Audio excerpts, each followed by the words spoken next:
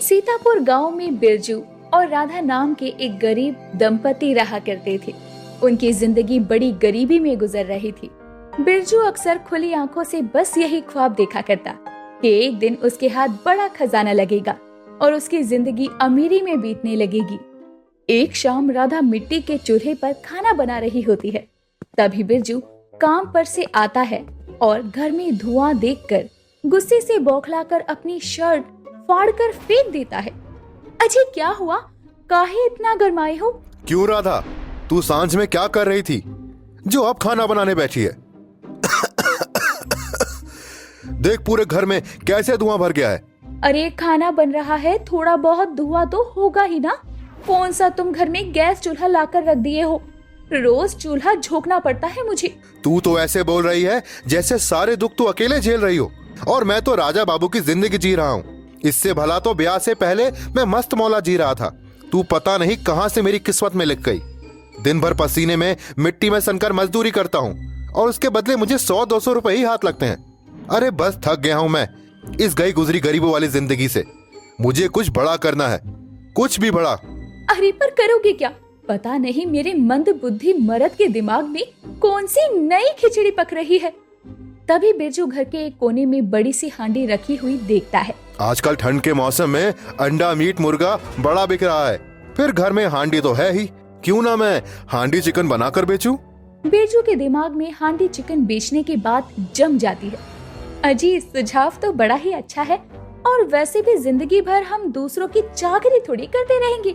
इस सुझाव के साथ अगले ही दिन से दोनों पति पत्नी सामान इकट्ठा करके सुबह सुबह चिकन बनाकर बेचने बाजार में जाते हैं और जोर जोर से आवाज लगाते हुए कहते हैं, हांडी चिकन खाओ, अरे आओ आओ, सस्ता स्वादिष्ट हांडी चिकन खाओ, एक बार खाओ बार बार आओ, हांडी चिकन खाओ, हांडी चिकन खाओ। चिकन की खुशबू से भरे बाजार में जितने भी लोग थे वो अब बिरजू के ठेले पर बड़ी भीड़ लगा लेते हैं। तभी सुशीला भी आती है। अरे ओ भैया, हमें भी चखाओ अपनी हांडी चिकन का स्वाद, हम भी तो देखें कैसा बना है तुम्हारा चिकन। अरे बहन जी, ऐसा हांडी चिकन बरेली से लेकर कलकत्ता तक कहीं नहीं मिलेगा, एक बार खा के तो देखो। ऐसा कहकर बिरजू ठेले पर खड़ी औरत को चिकन परोसता है, जिसे खाते ही सुशीला नाम की वो औरत उसकी बड़ी तारीफ करती है। अरे वाह वाह वाह, क्या बढ़िया हांडी चिकन बनाया है तुमने, बड़ा स्वाद है। तभी वहाँ सुशीला की सहेली श्रेया भी आ जाती है। अरे ओ सुशीला, तू यहाँ बाजार में अकेले अकेले चिकन दबा रही है? अरे श्रेया, बहुत ही बढ़िया हांडी चिकन बनाया है भैया ने, जरा खा कर देखो। भैया मेरी सहेली को भी खिलाओ। दोनों ही सहेलियां एक साथ स्वाद ले लेकर हांडी चिकन खाने लगते हैं।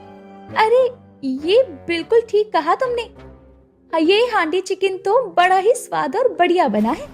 तभी तो इस कड़ाके की ठंड में इसका दमदार हांडी चिकन खाकर मेरे शरीर में गर्माहट आ गई, और अपने घर में रोज साग सब्जी खा खा कर मैं तो ऊब गई थी।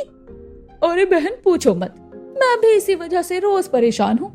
रोज रोज साग सब्जी खा खा कर मैं तंग आ चुकी हूँ, मगर इस हांडी चिकन वाले का चिकन खाकर अब तो ऐसा लग रहा है जैसे जुबान को इसका चस्का लग गया।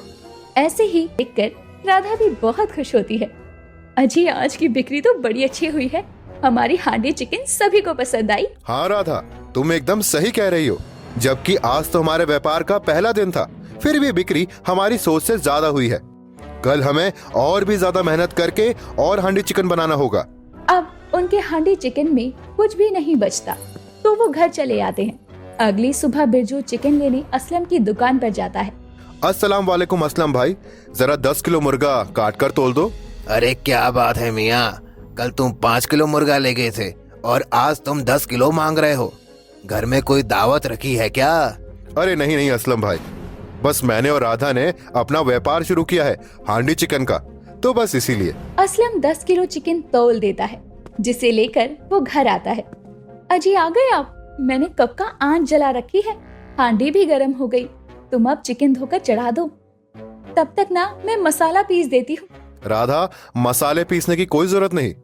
अरे इस हांडी चिकन में मैं खड़े मसाले डालूंगा, जिससे स्वाद और ज्यादा बढ़ेगा और हांडी चिकन बढ़िया बनेगा तो खूब बिकेगा।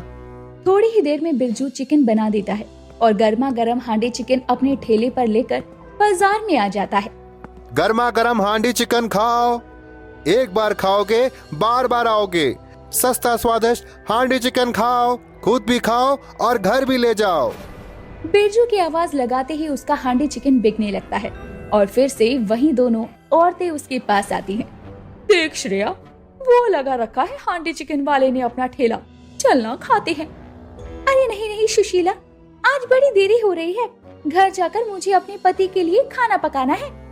अरे तो एक काम करते हैं ना, आज हम दोनों भी हांडी चिकन खा लेते हैं और अपने पतियों के लिए घर ले जाते हैं, फिर गर्मा गर्म रोटियां बना कर देंगे। वैसे भी इस कड़ाके की ठंड में इतनी बढ़िया हांडी चिकन कौन छोड़ता है। ये बात सुनकर अब दोनों बिरजू की दुकान पर जाते हैं और सुशीला कहती है, अरे ओ हांडी चिकन वाले भाई साहब, हमको भी चिकन खिलाना।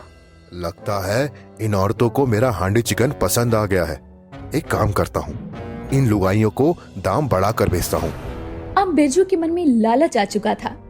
बहन जी, ठंड के मारे मुर्गा फार्म बंद है और दुकानदारों ने मुर्गे का दाम भी बढ़ा दिया है, इसलिए मुझे भी चिकन का दाम बढ़ाना पड़ा। अब मैं गरीब अपनी जेब से तो दूंगा नहीं, और आखिर में तो मैं 2 पैसे कमाने ही बैठा हूँ। लालची हांडी चिकन वाले की चिकनी चुपड़ी बातें सुनकर श्रेया गुस्से से झुंझला कर बोली, अरे तू क्या सारा दाम आप हमसे ही ऐठेंगे? उफ श्रेया, तेरा बस चले ना तो तू अठन्नी चवन्नी के पीछे भी सर खपाती रहे। कमाने दे बेचारे को 2 पैसे। जाने देना श्रेया, पेट में चूहे कबड्डी खेल रहे हैं, चलना खाते हैं। फिर दोनों हांडी चिकन खाकर अपने पतियों के लिए भी पैक करवा लेती हैं और उनके जाते ही राधा बिरजू से बोलती है, अजी तुमने तो एकदम से हांडी चिकन के दाम ही बढ़ा दिए, तुम तो लालची लग रहे हो। ये बात सुनते ही बिरजू अब पिनक जाता है। अच्छा, तो तुझे मेरा लालच दिख रहा है और मेरी मेहनत नहीं। सवेरे सवेरे गधों की तरह उठूं मैं और ग्राहकों को सस्ते में महंगा माल खिलाऊं। तूने देखा नहीं, मैंने हांडी चिकन महंगा बेचा तब भी उन्होंने खरीदा, और कैसे स्वाद लेकर वो लोग खा रहे थे। बस तू देखती जा राधा, इस हांडी चिकन से ही एक दिन हम फास्ट फॉरवर्ड में फेमस हो जाएंगे और अपना अच्छा खासा घर बार बनाकर रहेंगे, और फिर मैं राजा बाबू की जिंदगी जीऊंगा। देखो जी, दूर के ढोल सुनने में ही सुहाने लगते हैं, कहीं तुम्हारा लालचीपन हमारा ये व्यापार ले न डूबे। राधा के लाख समझाने पर भी बिरजू के मन का लालच नहीं जाता। दिन गुजरते हैं और अब बढ़े हुए दाम में भी बिरजू की हांडी चिकन बेचते हुए अब उसे 2 महीने हो गए थे।